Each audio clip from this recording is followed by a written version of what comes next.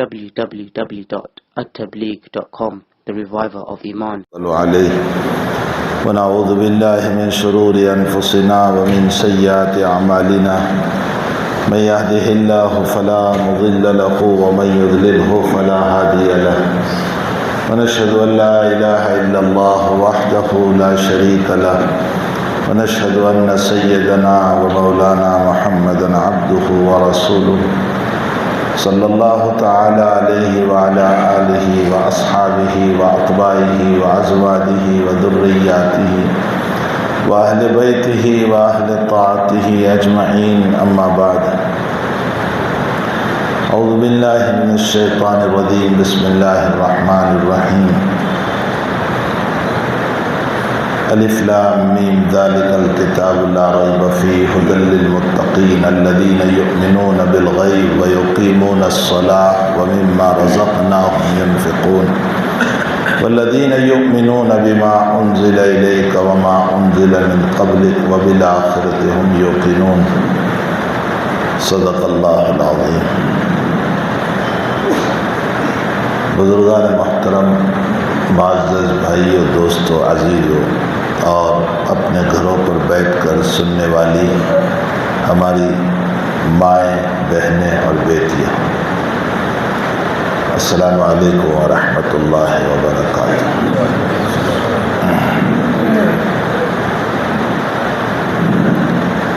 انسانی زندگی میں حق تعالی جل شانہ کے انعامات وہ رات دن ہم بولتے بھی رہتے ہیں، سنتے بھی رہتے ہیں کہ بے شمار ہے، اور لا شک ولا ریب کہ اللہ کے احسانات بے شمار ہیں۔ ایک چھوٹی سی مثال لے لیں کہ آپ نے کبھی اپنے ہارٹ اور قلب کو ایکو پر چیک کرایا ہوگا، جو مشین ہوتا ہے، اور وہ کھٹ کھٹ کی آواز کرتا رہتا ہے، اور وہ 5 یا 10 منٹ کے لیے آپ کا ایکو نکالتے ہیں۔ اس میں آپ نہیں گن پاتے ہو کہ کتنی مرتبہ میرے قلب نے جھٹکا لیا۔ ایک موٹی سی مثال ہے۔ تو اس 10 منٹ کے اندر میرا قلب کتنا چل رہا ہے میں اس کو نہیں گن پایا، تو 24 گھنٹے میں میرا قلب کتنا چلا اس کو میں کیسے گنوں گا؟ اور یہی وجہ ہے کہ ہارٹ کے بند ہونے کے لیے اللہ کو کوئی 10 منٹ کی ضرورت نہیں ہوتی ہے، بس اس کا اشارہ ہے، کن کا مسئلہ ہے، اور 1 سیکنڈ میں اللہ قلب کو بند کر دیتا ہے، انسان دنیا سے رخصت ہو جاتا ہے۔ یہ ایک چھوٹی سی مثال ہے۔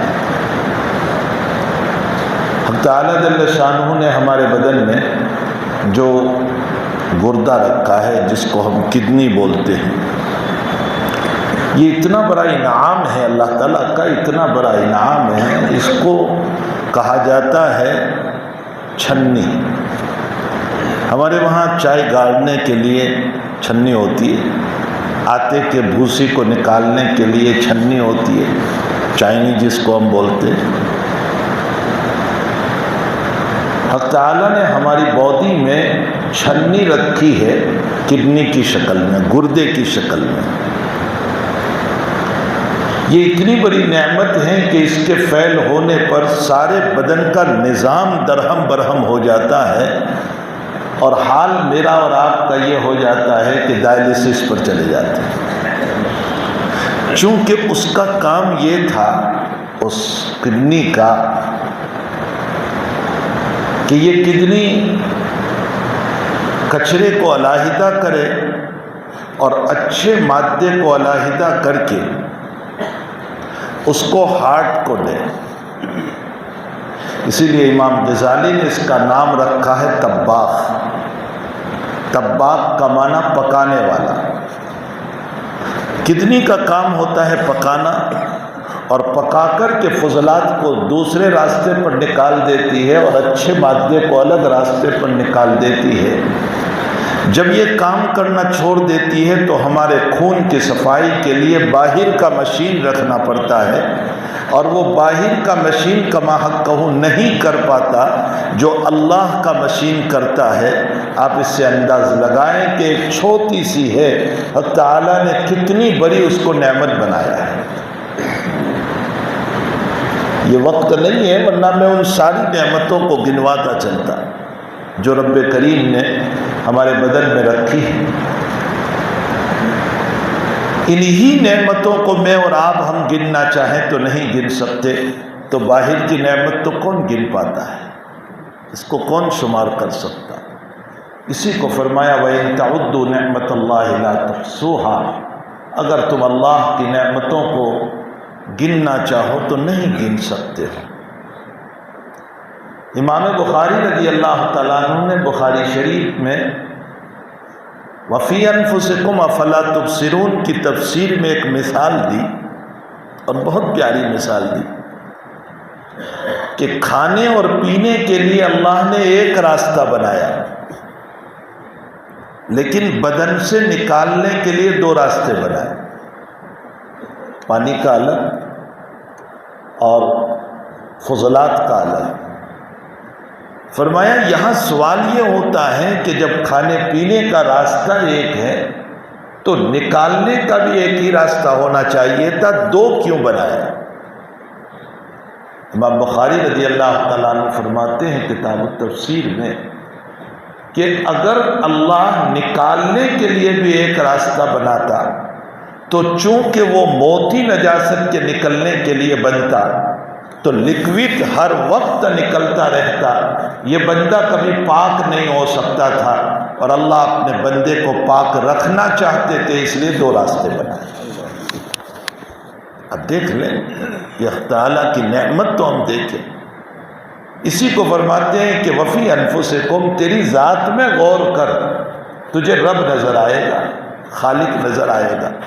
ہاں نہ سمجھنے والوں کے لیے اتنا بڑا آسمان بھی دلیل نہیں بن سکتا، زمین بھی دلیل نہیں بن سکتا، پہاڑ بھی دلیل نہیں بن سکتا، سمندر بھی دلیل نہیں بن سکتا، نہ سمجھنے والوں کے لیے سب کچھ ہے،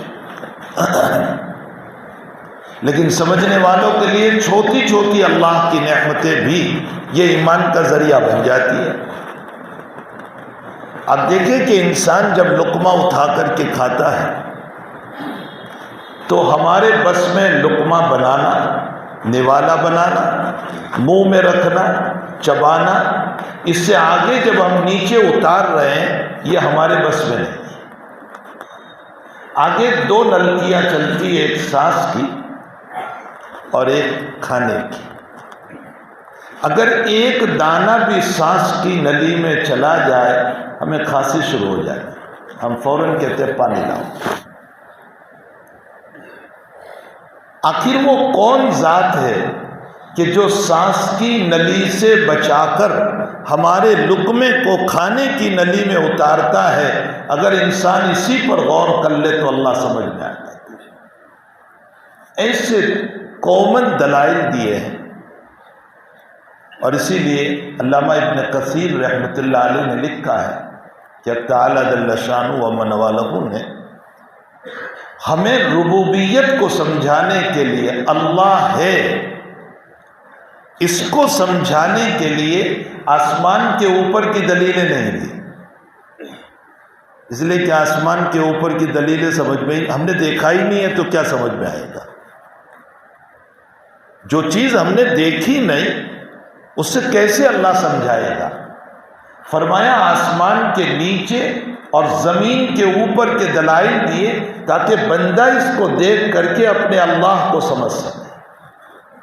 افلا ينظرون الى الابل كيف خلقت والى السماء كيف رفعت، آسمان کو دیکھو، پہاڑ کو دیکھو، زمین کو دیکھو، سمندروں کو دیکھو، اور انہی چیزوں کو دیکھ کر کے تم ایک اللہ کے قائل بن جاؤ، ایک اللہ کے ماننے والے بن جاؤ، اور اللہ ہے۔ یہ نہ سمجھیے کہ اللہ نہیں ہے۔ بعض لوگ یہ سوال کرتے ہیں کہ اللہ کو کس نے پیدا کیا؟ ایک کامن سوال ہے آج کل، اللہ کو کس نے پیدا کیا؟ سیدھا سا اس کا جواب یہ ہے کہ فاعل مفعول میں کبھی داخل نہیں ہوتا۔ یہ ہمارے مدرسے کا ایک قانون ہے، کام کرنے والا جس پر کام پر رہا ہے اس پر کبھی داخل نہیں ہو سکتا۔ وہ ضارب ہوگا تو مضروب نہیں، مضروب ہوگا تو ضارب نہیں، سیدھا سا مسئلہ ہے۔ کیونکہ ہم نے تو عربی اول سے ضرب زیدن ہی پڑھا ہے، اس لیے یہی مثالیں ہماری سمجھ میں بھی آتی ہیں کہ اگر وہ ضارب ہیں تو مضروب نہیں، مضروب ہے تو ضارب نہیں۔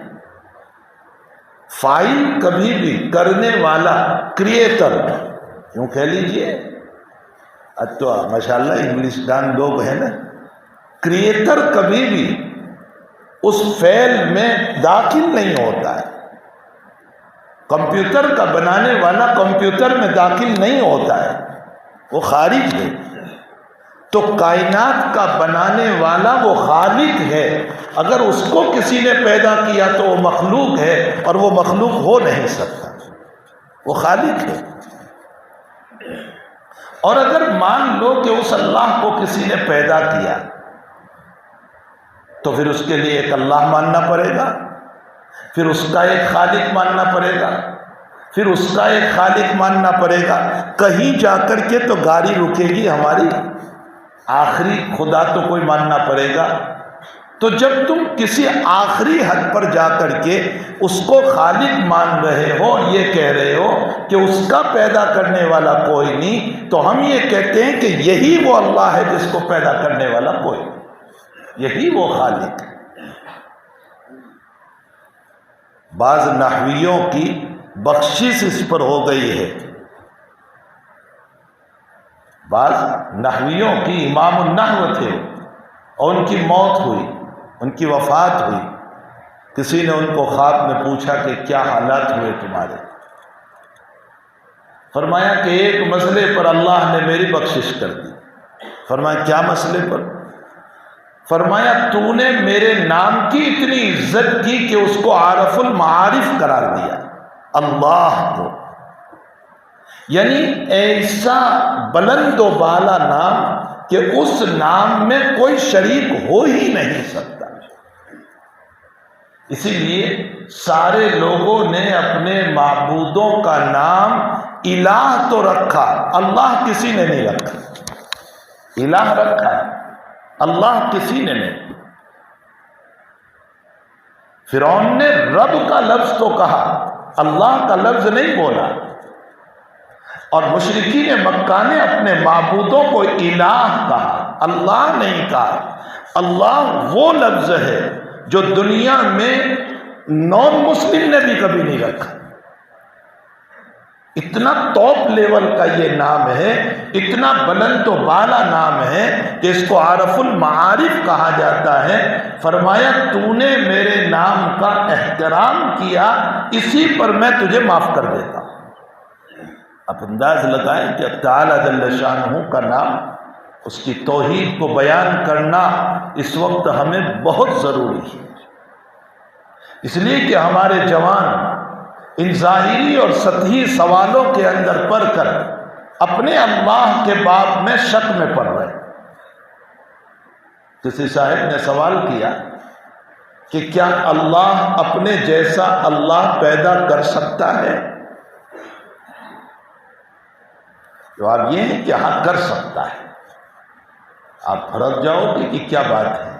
جی کر سکتا ہے، اس لیے کہ اگر اللہ اپنے جیسا اللہ پیدا کرنے پر قادر نہ ہو تو وہ قدرت مطلق کا مالک کہاں ہوا؟ وہ قادر مطلق ہے، اس کو قدرت ہے، وہ پیدا کر سکتا ہے، لیکن جس کو بھی پیدا کرے گا وہ اسی کا پیدا کردہ ہوگا، اس لیے وہ اللہ نہیں ہوگا، وہ اللہ کی مخلوق ہوگا۔ صفت خلق اس پر پڑے گی، اور جب صفت خلق اس پر پڑے گی وہ مخلوق ہوگا، وہ اللہ نہیں ہو سکتا ہے۔ اللہ کے لیول پر کوئی ہو ہی نہیں سکتا۔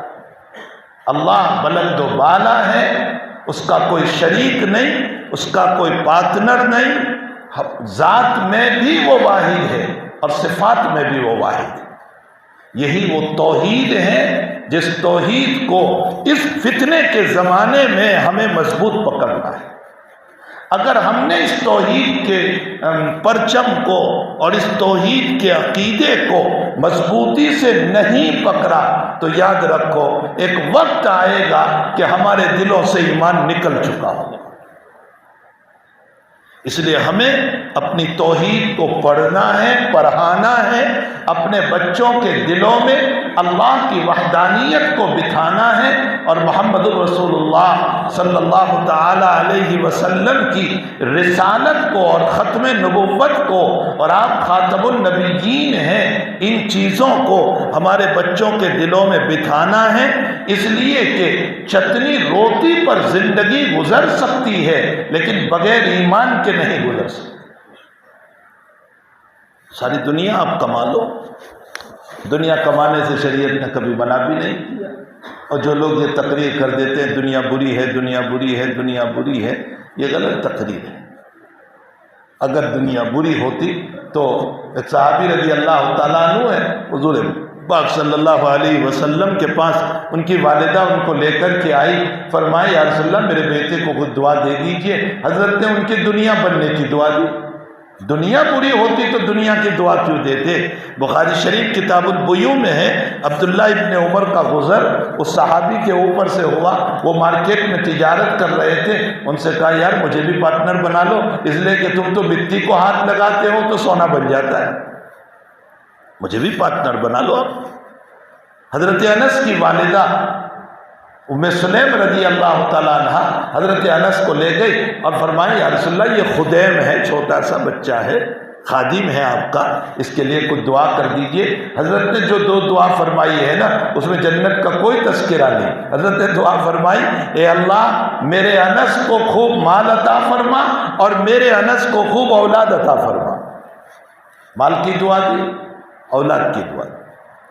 بخاری شریف میں ہے کہ حضرت انس کو یہ دعا لگی نبی علیہ السلام کی، اور اتنی دولت ملی، اتنی دولت ملی کہ سخاوت کا آپ کا حال عجیب و غریب، اور اتنی اولاد ملی کہ بخاری میں ہے انس خود کہتے ہیں کہ میں اپنے ہاتھوں سے اپنی 120 اولاد کو تو دفن کر چکا، اتنی اولاد اللہ نے عطا فرمائی۔ تو دنیا بری نہیں ہے۔ امام غزالی رحمۃ اللہ علیہ فرماتے ہیں دنیا بری بنتی ہے 3 شکلوں میں۔ نمبر 1 آمدنی غلط ہو، حرام کی آمدنی، ناجائز آمدنی، کسی کا حق لے لیا، بہن کی میراث نہیں دی، یاد رکھو یہ بھی حرام کی آمدنی ہے۔ یہ اللہ کا دیا ہوا حق ہے، میراث میں جو بھائی یا جو بڑا اس کو دباتا ہے وہ اللہ کے دیے ہوئے حق کو دبا رہا ہے۔ اسی لیے میراث کے جو حصص ہے نا اس میں نبی کو بھی اختیار نہیں دیا، اس میں اللہ ہی نے حصے تقسیم فرمائے، اللہ کے نبی علیہ السلام کو بھی نہیں۔ پوری آیت اتاری 4 پارے کے یوصیکم اللہ فی اولادکم للذکر مثل حظ الانثیین۔ تو جب میں کتاب التفسیر میں اس آیات پر پہنچتا ہوں تو بچوں کو کہتا ہوں کہ حافظ صاحب کو پڑھنے میں مشکل پڑتی ہے اور لوگوں کو عمل میں مشکل پڑتی ہے، دونوں اعتبار سے مشکل ہے۔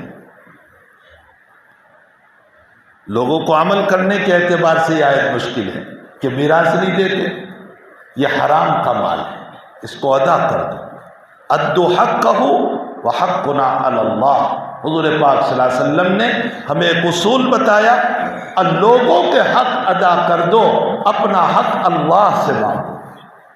کتنی بہترین نصیحت فرمائی، لوگوں کے حق ادا کر دو، جو حق ہے، مال کا حق، بات کا حق، جو بھی حق ہمارے اوپر ہے اس کو ادا کر دو۔ وحقنا علی اللہ، اگر کوئی تمہارا حق نہیں دیتا تم اللہ سے مانگو۔ ہمارے شیخ یونس صاحب قدس اللہ سرہ اس حدیث شریف پر یوں فرماتے تھے کہ اگر کوئی اس حدیث پر عمل کر لے دنیا کے سارے جھگڑے ختم۔ آج جھگڑوں کی بنیاد ہی یہ ہے میں کسی کا حق نہ دوں، لوگ میرا حق دیں۔ استاد چاہتا ہے شاگرد میری عزت کرے چاہے میں نہ پڑھاؤں، اور شاگرد چاہتا ہے میرے سارے حقوق ملے چاہے میں اکرام نہ کروں۔ بیوی چاہتی ہے میرے سارے حقوق ملے چاہے میں شوہر کی خدمت نہ کروں، اور شوہر چاہتا ہے کہ میری بیوی میری خوب خدمت کرے چاہے میں اس کا حق ادا نہ کروں۔ ہر ایک اسی میں ڈوبا ہوا ہے کہ میرا حق ادا کرو، میں آپ کا حق نہ دوں۔ اور نبی یہ بتا رہے ہیں کہ تم سب کا حق ادا کرو، اپنا حق اللہ سے مانگو۔ کیسا بہترین اصول پیش کیا نبی کریم صلی اللہ علیہ وسلم نے۔ بہرحال میرے بھائیوں، ہمیں چاہیے کہ ہم اپنے بچوں میں توحید کو مضبوط بنائیں، اور اتنی مضبوط بنائیں۔ دنیا کمانا کسی نے نہیں روکا، ہماری شریعت نے قطعاً منع نہیں کیا۔ رہبانیت ہماری شریعت میں ہے ہی نہیں کہ انسان ایک تسبیح لے کر 24 گھنٹے مسجد میں بیٹھ جائے اور اللہ اللہ کرتا رہے، رہبانیت نہیں ہے۔ ابھی جمعہ کے باب میں اللہ نے یہ فرمایا کہ جب تم نماز پڑھ لو فَإِذَا قُضِيَتِ الصَّلَاةُ فَانتَشِرُوا فِي الْأَرْضِ وَابْتَغُوا مِن فَضْلِ اللَّهِ۔ تسبیح لے کر بیٹھے مت رہو، جاؤ کھیتی باڑی میں، تجارتوں میں جاؤ، کاروبار میں جاؤ۔ یہ نہیں فرمایا کہ تم بیٹھے رہو یہاں۔ ہاں، نہ جانا آپ کی طبیعت ہے وہ اور مسئلہ ہے، واجب نہیں ہے، لیکن شریعت آپ کو یہاں بٹھا کر کے رہبانیت میں اور سادھو پنے میں لے جانا نہیں چاہتی۔ حلال کماؤ، حلال کھاؤ۔ حضور پاک صلی اللہ علیہ وسلم فرماتے ہیں کہ اگر اللہ نے کسی کو دیا ہو تو ان اللہ تعالی یرا اثر نعمتہ علی عبدی، اگر اللہ نے دیا ہے تو فقیر بن کر کے مت پھرو، فقیر بن کر کے اللہ کی نعمت کو ظاہر کرو۔ کھانا چھپا چھپا کر کے نہ کہو کہ نہیں میں تو دال روٹی کھاتا ہوں، اللہ نے دیا ہے کھاؤ۔ یہ نعمت کی شکر ہے، قدردانی ہے۔ ہمارے حکیم علامہ حضرت اقدس تھانوی رحمۃ اللہ علیہ کو کسی نے ایک مرتبہ فرمایا کہ حضرت غریب کھانے پر تشریف لائیں، اور اچھا خاصا مکان تھا اس کا، اور کہا کہ حضرت غریب کھانے پر تشریف لائیں۔ حضرت نے فرمایا اللہ کی نعمت کی ناشکری کر رہے ہو، اللہ نے مکان دیا اس کو غریب کھانا کہتے۔ بھائی مکان دیا ہے تو آپ کہیے میرے مکان پر آئیے۔ یہ کیا بات ہوئی کہ غریب کھانا؟ صحابہ اس طرح کے تکلف سے بالکل پاک تھے، صحابہ کی زندگی میں تکلف تھا ہی نہیں۔ روایت میں ہے، بخاری شریف کتاب المغازی میں روایت ہے کہ ایک مرتبہ بحرین سے مال آیا۔ حضرت کا معمول تھا کہ سارا مال مسجد میں دلوا دیتے تھے، وہ مصالحت کا مال تھا جو صلح پر آیا تھا، تو سارا مال مسجد میں دلوا دیا۔ فجر کی نماز کے لیے حضور پاک صلی اللہ علیہ وسلم تشریف لائے، نماز پڑھائی، نماز کے بعد دیکھا کہ ساری مسجد بھر چکی ہے، سب محلوں کی مسجد کو چھوڑ کر مسجد نبوی میں آ گئے ہیں۔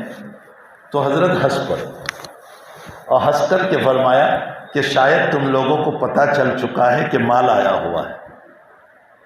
تو صحابہ کی سادگی دیکھے، صحابہ نے بالکل بے تکلف کہا جی حضرت اسی لیے آئے ہیں، ہماری طرح نہیں، حضرت ملاقات کے لیے آئے، زیارت کے لیے آئے، اور پھر آہستہ سے اپنا مقصد رکھے۔ بالکل ہم اسی لیے آئے ہیں۔ اللہ کے نبی علیہ الصلوۃ والسلام نے اس جواب کو ذرہ برابر برا نہیں سمجھا۔ ہاں، نصیحت فرمائی، فرمائیں یہ مال تمہارے لیے ہے، اور میں اس وقت تک نہیں اٹھوں گا جب تک کہ اس کو تقسیم نہ کر دوں۔ آگے فرمایا ان اللہ انی لا اخاف علیکم الشرک، مجھے تم پر شرک کا خوف نہیں، تم مشرک نہیں بنو گے، لیکن مجھے کس بات کا خوف ہے؟ مجھے اس بات کا خوف ہے کہ تمہارے پاس دنیا بہت ہو جائے گی، فتنافسوها کما تنافسوها من کان قبلکم، پھر تم کمپٹیشن پر اترو گے۔ اللہ کا نبی جو ہے نا ابھی کے حالات کو دیکھ رہا تھا، تم کمپٹیشن پر اترو گے، اس کا مکان 50 لاکھ کا تو میرا مکان کروڑ کا بنے گا، اور اس کا کروڑ کا ہے تو میرا 1.5 کروڑ کا بنے گا، اور اس کے گھر میں فرنیچر یہاں کا ہے میں چائنا سے لاؤں گا، اور کوئی کہہ رہا ہے اس کا چائنا کا ہے میں جرمن سے لاؤں گا، اس کی مسجد 2 کروڑ کی میری 4 کروڑ کی ہوگی۔ فتنافسوا کما تنافسوا من کان قبلکم، تم کمپٹیشن پر اترو گے، مقابلے پر اترو گے۔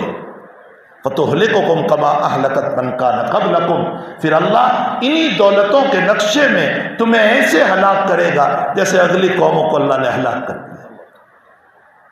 آج امت اسی کام پر اتری ہوئی ہے، مالی اعتبار سے کمپٹیشن پر اتری ہوئی ہے کہ اس کی ایک دکان ہے، دو کی تین، تین کی چار، چار کی پانچ۔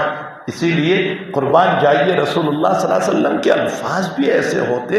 حضرت نے فرمایا، آقا صلی اللہ علیہ وسلم نے، کہ لو کان لابن آدم وادی من ذهب، وادی کس کو بولتے ہیں؟ ارباب علم جانتے ہیں، وادی تو جہاں پانی بہتا ہے اس کو کہتے ہیں، اس کو وادی کہا جاتا ہے۔ حضرت فرماتے ہیں کہ اگر کسی ایک انسان کے پاس سونا ایک وادی بھر کر ہو تو وہ دوسرے کی تمنا کرتا ہے، اور دوسری ہو تو تیسرے کی تمنا کرتے۔ آگے نبی کریم صلی اللہ علیہ وسلم فرماتے ہیں اس کا پیٹ تو قبر کی مٹی ہی بھرے گی۔ یہاں سوال یہ ہوتا ہے کہ سونا الماری میں رکھا جاتا ہے یا وادی میں رکھا جاتا ہے؟ بھئی سونا تو ہمارے وہاں آپ تجوریوں میں رکھتے ہیں نا، یا وہاں وادی میں رکھنے جاتا ہے کوئی؟ پھر نبی نے وادی کا لفظ کیوں کہا؟ اللہ کے حبیب پاک صلی اللہ علیہ وسلم کی بلاغت، وادی کا لفظ بول کر حضرت نے اشارہ فرمایا اس بات کی طرف کہ وادی میں ہر وقت پانی بہتا ہے، مطلب اس انسان کے پاس بہنے والا خزانہ ہوگا تو بھی اس کا پیٹ بھرنے والا نہیں، اس کی آمدنی کے سورسز چاروں طرف سے ہوں، یہاں سے بھی، یہاں سے بھی، یہاں سے بھی، یہاں سے، پھر بھی اس کا پیٹ نہیں بھرے گا۔ آپ دیکھ لیجئے اس وقت جو امت کے حالات ہیں، اور یہی وہ حالات ہیں جس نے انسان میں، مسلمانوں میں وہن پیدا کر دیا۔ جناب رسول اللہ صلی اللہ علیہ وسلم فرماتے ہیں کہ ایک وقت میری امت پر آئے گا کہ لوگ تو ماریں گے ہی، لیکن دوسروں کو بھی بلائیں گے، جیسے دسترخوان پر کھانے کے لیے دوسروں کو بلایا جاتا ہے۔ ترمذی شریف کی روایت۔ جیسے ہم دسترخوان پر بیٹھتے ہیں نا، مولانا آئیے کھا لیجئے، حاجی صاحب کھا لیجئے، آئیے کھا لیجئے، جیسے ہم سب کو بلاتے ہیں نا، فرمایا تمہیں مارنے کے لیے اس طرح لوگوں کو بلایا جائے گا۔ ہاں نبی یوں دیکھ رہا ہے، اللہ نے آپ کے سامنے حالات کھولے، آپ اپنی امت کے ان حالات کو بیان کر رہے ہیں۔ آپ دیکھ لیجئے اس وقت کے حالات کیا ہے۔ آپ بھی آئیے، آپ بھی آئیے، آپ بھی آئیے، سب کو بلایا جا رہا ہے۔ صحابہ فرماتے ہیں کہ یا رسول اللہ ہم میجورٹی میں ہوں گے یا مائنورٹی میں ہوں گے؟ نحن المقلون او مقصرون، ہم کم ہوں گے یا زیادہ ہوں گے؟ جب یہ حالات، فرمایا نہیں تم بہت ہوں گے۔ 56 یا 57 ممالک ہیں اس وقت، 57-58 ملک ہیں جس کو مسلمانوں کا ملک کہا جاتا ہے، اربوں انسان مسلمان ہیں، لیکن اس کے باوجود بلایا جا رہا ہے۔ تو فرمایا جب حضرت اتنے سارے ہوں گے، یعنی صحابہ کے خیال میں یہ بات نہیں آ سکتی ہے کہ ایسا بھی ہو سکتا ہے۔ فرمایا یا رسول اللہ اتنے سارے ہوں گے پھر بھی یہ حالات؟ فرمایا ہاں تم میں وہن پیدا ہو جائے گا۔ فرمایا یا رسول اللہ وہن کیا چیز ہے؟ فرمایا حب الدنیا و کراہیت الموت، دنیا کی محبتیں بہت ہو جائے گی اور موت سے نفرت کرو گے۔ یہ دو صفتیں جب تم میں پیدا ہوگی تو پھر لوگ تمہارے اوپر اس طرح ٹوٹ پڑیں گے۔ میرے بھائیوں، دنیا کمانے سے منع نہیں ہے، لیکن ہمارے حضرت جی مایوسف صاحب رحمۃ اللہ علیہ فرمایا کرتے تھے کشتی کے اندر پانی نہ جانے دو، کشتی منزل پر پہنچ جائے گی۔ دل کے اندر دنیا نہ جانے دو، دل اللہ تک پہنچ جائے گا۔ اور جس دل کے اندر دنیا داخل ہو گئی وہ دنیا دنیا کے لیے ہے، اور جس دل میں دنیا داخل نہیں ہوئی وہ الدنیا للآخرہ ہو گئی۔ کچھ سمجھ میں بھی آیا مختصر وقت میں؟ یعنی جس دل میں دنیا اندر نہیں گئی وہ انسان اپنی دنیا کو آخرت کمانے کا ذریعہ بنائے گا، اور جس دل کے اندر دنیا داخل ہو گئی تو وہ دنیا ہی کے لیے چل رہی ہے، آخرت اس میں مطلوب نہیں ہوتی۔ دنیا کمانے سے منع نہیں۔ امام غزالی رحمۃ اللہ علیہ کہتے ہیں 3 باتیں: انکم صحیح ہو، نمبر 2 خرچ صحیح ہو۔ آپ دیکھ لیجئے اسراف کی جو دنیا اس وقت بنی ہوئی ہے، علمان الحفیظ مولانا تقریر کرتے ہی رہے، جمعہ کو ممبر ہلا دے، لیکن دوسرے دن شادی میں وہی ہوگا جو وہ چاہیں گے، اس لیے کہ ہم نے اپنا معبود اللہ کو نہیں بنایا، ہم نے اپنا معبود خواہشات کو بنایا۔ وَاتَّبَعَ هَوَاهُ فَمَثَلُهُ كَمَثَلِ الْكَلْبِ إِن تَحْمِلْ عَلَيْهِ يَلْهَثْ أَوْ تَتْرُكْهُ يَلْهَثْ ذَلِكَ مَثَلُ الْقَوْمِ الَّذِينَ كَذَّبُوا بِآيَاتِنَا فَاقْصُصِ الْقَصَصَ لَعَلَّهُمْ يَتَفَكَّرُونَ۔ وہ بلعام باورا جو بنی اسرائیل کا بڑا اللہ والا، لیکن اسم اعظم کو جو اللہ کی دی ہوئی دعا تھی موسیٰ کے خلاف استعمال کیا حصول دنیا کے خاطر، تاکہ دنیا ملے۔ نتیجہ یہ ہوا کہ اللہ تعالیٰ نے اس کو جو سزا دی، وہ سزا قرآن بیان کر رہا ہے۔ ہم نے اس کی زبان کو کتے کی طرح لٹکا دی۔ اے پیغمبر، آپ اس واقعے کو اپنی امت کے سامنے بیان کیجئے کہ جب دنیا کے لیے چلے گی تو پھر ہماری طرف سے یہی حالات چلے گی۔ فَاقْصُصِ الْقَصَصَ لَعَلَّهُمْ يَتَفَكَّرُونَ۔ سمجھائیے اپنی امت کو، دنیا کمانے سے منع نہیں، ہماری انکم صحیح ہو، ہمارا خرچ صحیح ہو۔ اسراف سے بچاؤ، فضول خرچی سے بچاؤ، اپنی اولاد پر خرچ کرو، ان کو دین کی تعلیم دو، اپنی اسکول کا نظام قائم کرو، ورنہ اللہ معاف فرمائے مستقبل یہ بتا رہا ہے کہ ان اذانوں کے سننے کے محتاج ہو جائے گی۔ اگر ہماری اسکولوں کا نظام نہیں بنا اور ہم نے اپنے بچوں کے دلوں میں ایمان کو راسخ نہیں کیا، ہمارے ڈھانچے میں اسکول بھی صرف مسلمانوں کے ذمہ دار بن جانے سے نہیں بن جاتی ہے جب تک کہ اس میں دین کے مطابق کام نہ کیا جائے۔ ان پیسوں کو بچاؤ اور پیسوں کو بچا کر اسکولوں کا نظام قائم کرو۔ تمہارے پیسوں سے اگر کچھ لوگوں نے شادی میں کھا لیا تو واہ واہ تو بہت دور کی بات، سوائے عیب کے کوئی مسئلہ نہیں۔ ہمارے حکیم الاسلام قاری طیب صاحب نور اللہ مرقدہ نے ایک جگہ بیان میں کہا ہے، فرمایا کہ بڑی بہترین دعوت ہوئی شادی کی، اور جب جانے لگے باراتی تو کہنے لگے ارے چمچ اور اسپون تو تھا نہیں، کیا دعوت میں مزہ آیا۔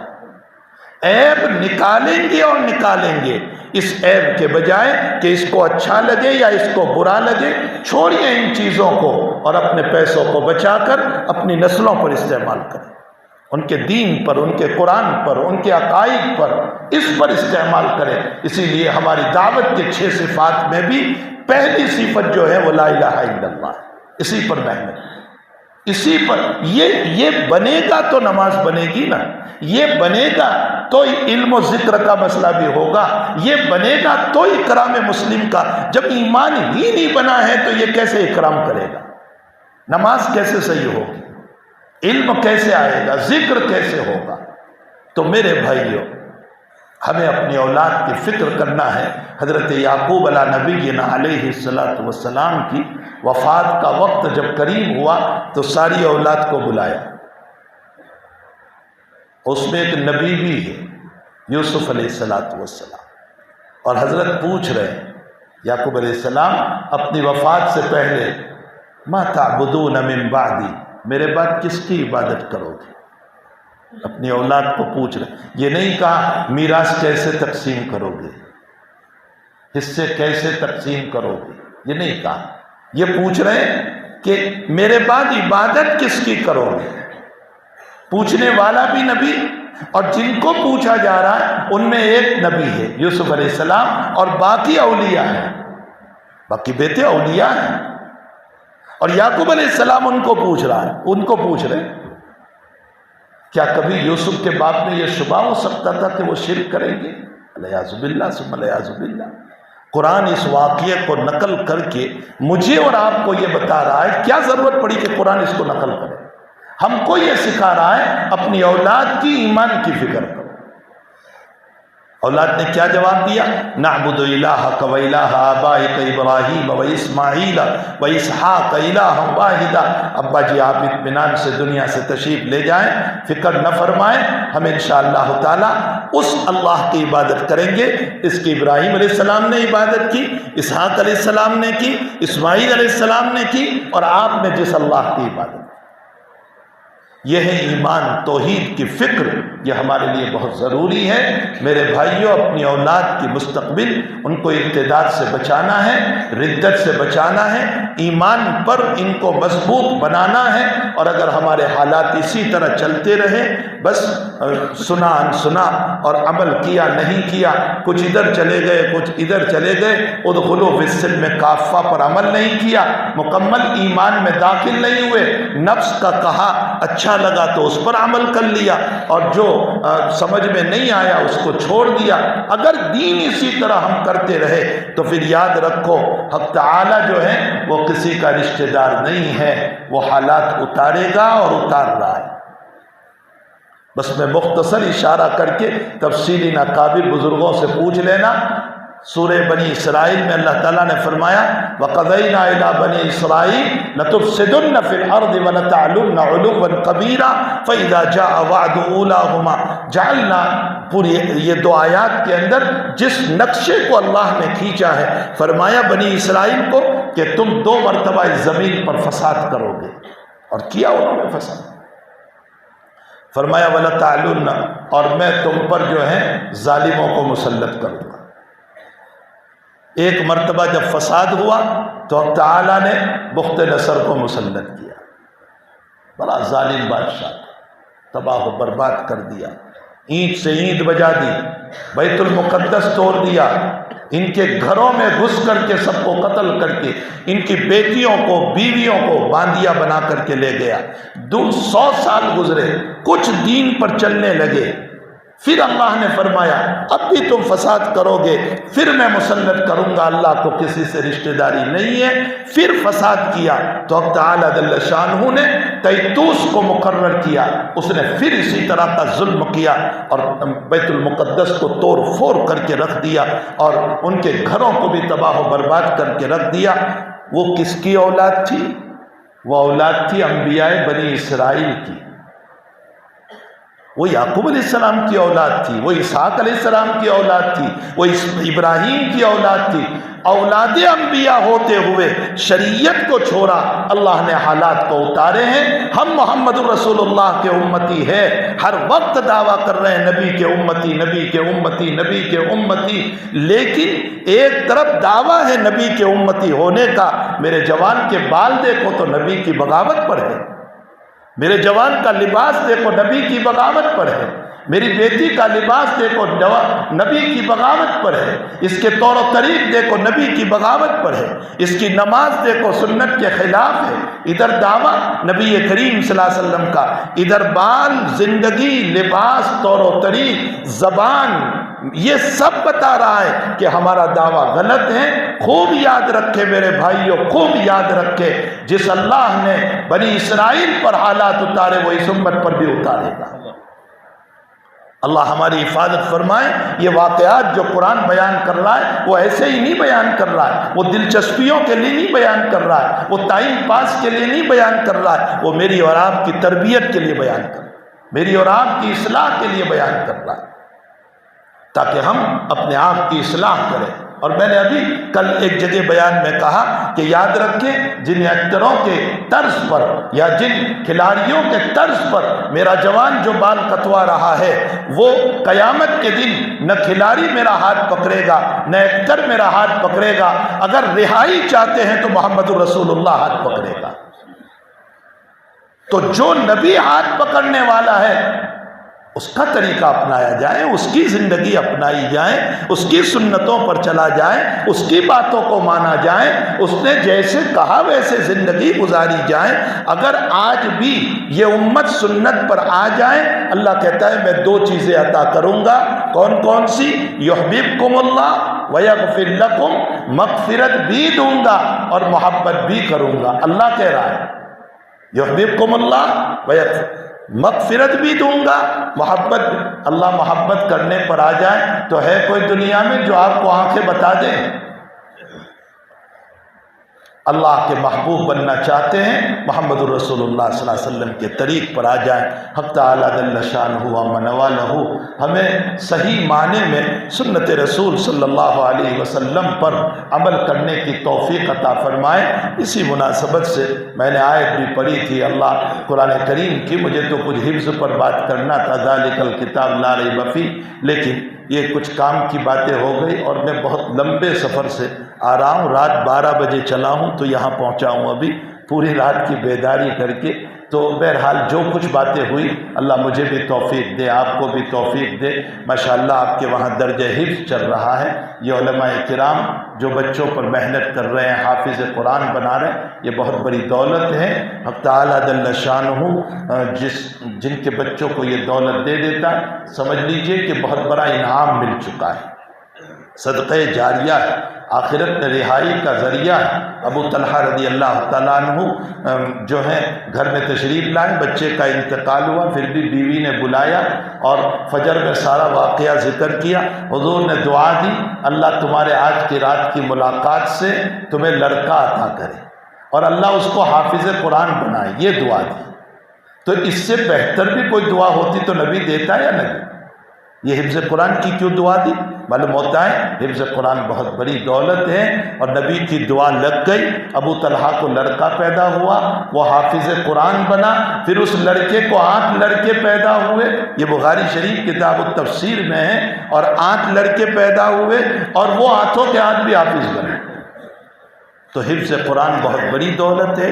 اللہ تعالیٰ نے ہماری اس بستی میں حفظ قرآن کو شروع فرمایا، اللہ اس کو پائیدہ رکھے، ہمیشہ رکھے، اور ان کے اوپر محنت کرنے والے اساتذہ کی عمروں میں برکت عطا فرمائے۔ یہ جیسے بھی ہیں بھائی محنتیں ہو رہی ہیں، جیسے بھی ہیں، علماء کی کھور کھاپڑ نہ نکالا کرو، یہ ایسا ہے ویسا، جیسے بھی ہے یہ محنت تو کر رہے ہیں۔ آپ کو تو فرصت ہے نہیں اپنی اولاد کو بنانے کی، آپ کے پاس تو وقت ہے نہیں کہ آپ اپنے بچوں کو حافظ قرآن بنائیں، اور آپ کہتے ہیں ہم سیلری دیتے ہیں۔ کیا خاک ہم سیلری دیتے ہیں؟ ارے اتنی سیلری کے اندر کیا بچہ حافظ قرآن بن جائے؟ یہ رات دن کی ان کی محنتیں، ان کا رونا، ہمارے حضرت مولانا عبداللہ صاحب کاپود روی رحمۃ اللہ علیہ اکثر فرماتے تھے کہ بیچارے علماء کے اپنے بچے رہ جاتے ہیں اور دوسروں کے بچے پڑھ جاتے ہیں۔